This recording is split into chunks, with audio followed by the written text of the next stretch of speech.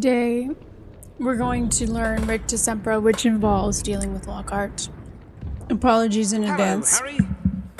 Oh, hello, Nick. He's rather full of himself. He would have been a great influencer. Cornish pixies. First, Harry Potter, will you step down here, please? Lucky.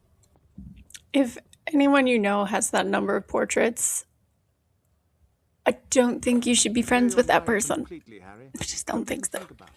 Did you count how many he's got? And then you're trying to learn about this spell, and he's like, think about the spell. Don't even think about me. Hit the corresponding arrow key.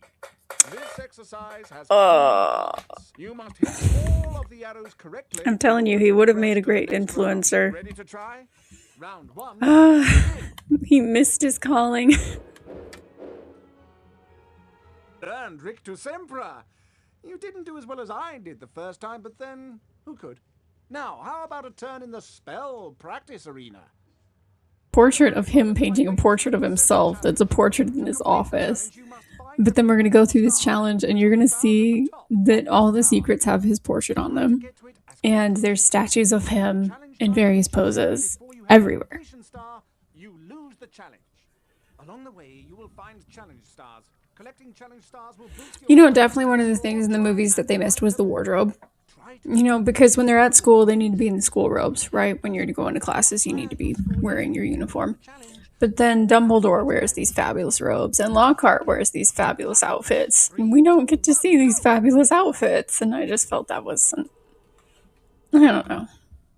It was boring. I skipped that. I know what these are. I don't really like the fact that we're using fire crabs to learn a stunning spell. I don't feel it's very humane, but okay.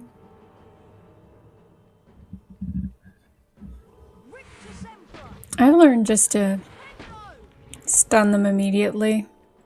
I didn't remember what the deal was with the other fire crab on that level.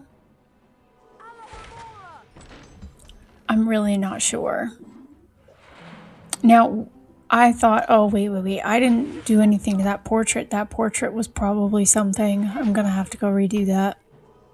I decided to just knock the fire crab down the stairs because I thought I remembered how it worked. Spoiler alert, I didn't remember. I wonder if that portrait's a secret. It's about where I gave up. No, that was just a waste of time. I shouldn't have bothered. Anyway. Yeah, I wonder if that portrait was a secret, that giant one. I'm going to have to go revisit that, because it seems likely. And these puzzles, they kind of show you all the answers in a little video shot, which is really nice. There's not much that's hard to figure out. In Hogwarts Legacy, there were multiple puzzles that I just had to look up because I just got really burned out, especially the one...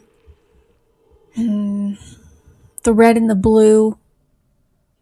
If you play Hogwarts Legacy, I think you know what I'm talking about. It's one of the challenges where you bewitch something and everything turns red or everything turns blue, and then you have to figure out how to reverse it.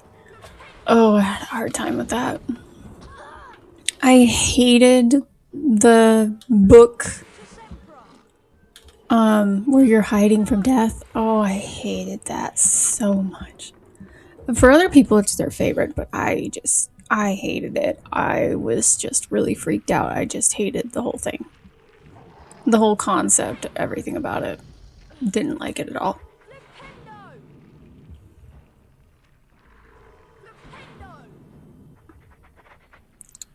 Oh, I forgot that I was supposed to put the fire crabs into the windows.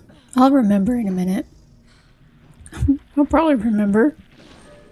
Got 1 star, I have to get the 2nd star, and I remembered, finally, that I was supposed to do something about fire crabs. Every time you see them, you have to hit them.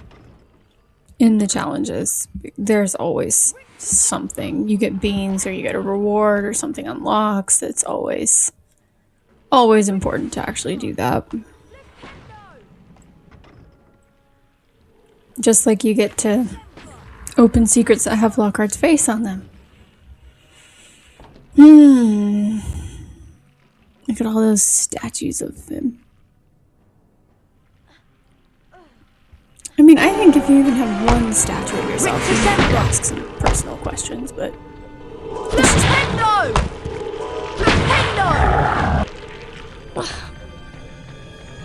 And go to therapy and say, am I really okay?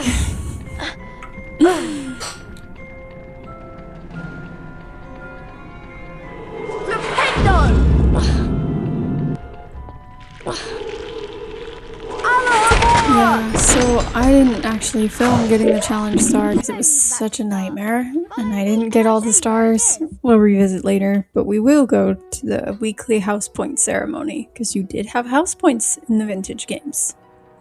It did actually matter whether or not you achieved well on the challenges in this game. Good morning, everyone.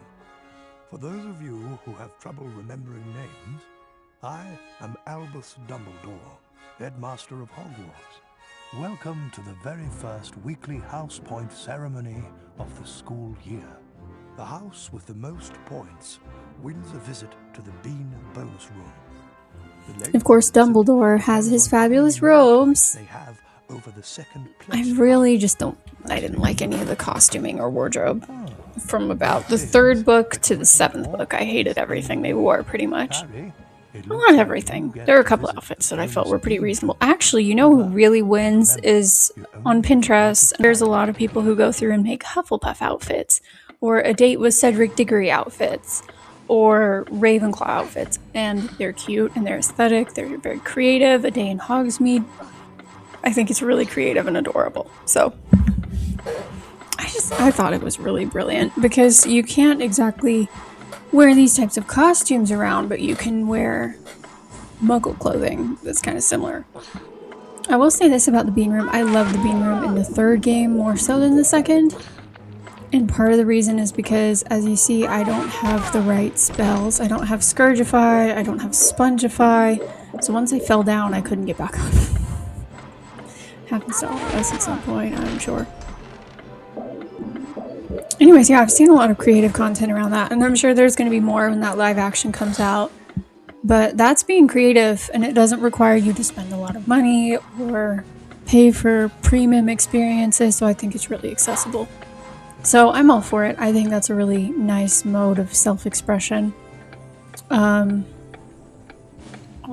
the soundtracks for the 2nd and the 3rd game, brilliant. No notes, just... Honestly, I wish I could download all of the tracks and use them to make an aesthetic study track. Say it. There's a lot of really, really good music in here.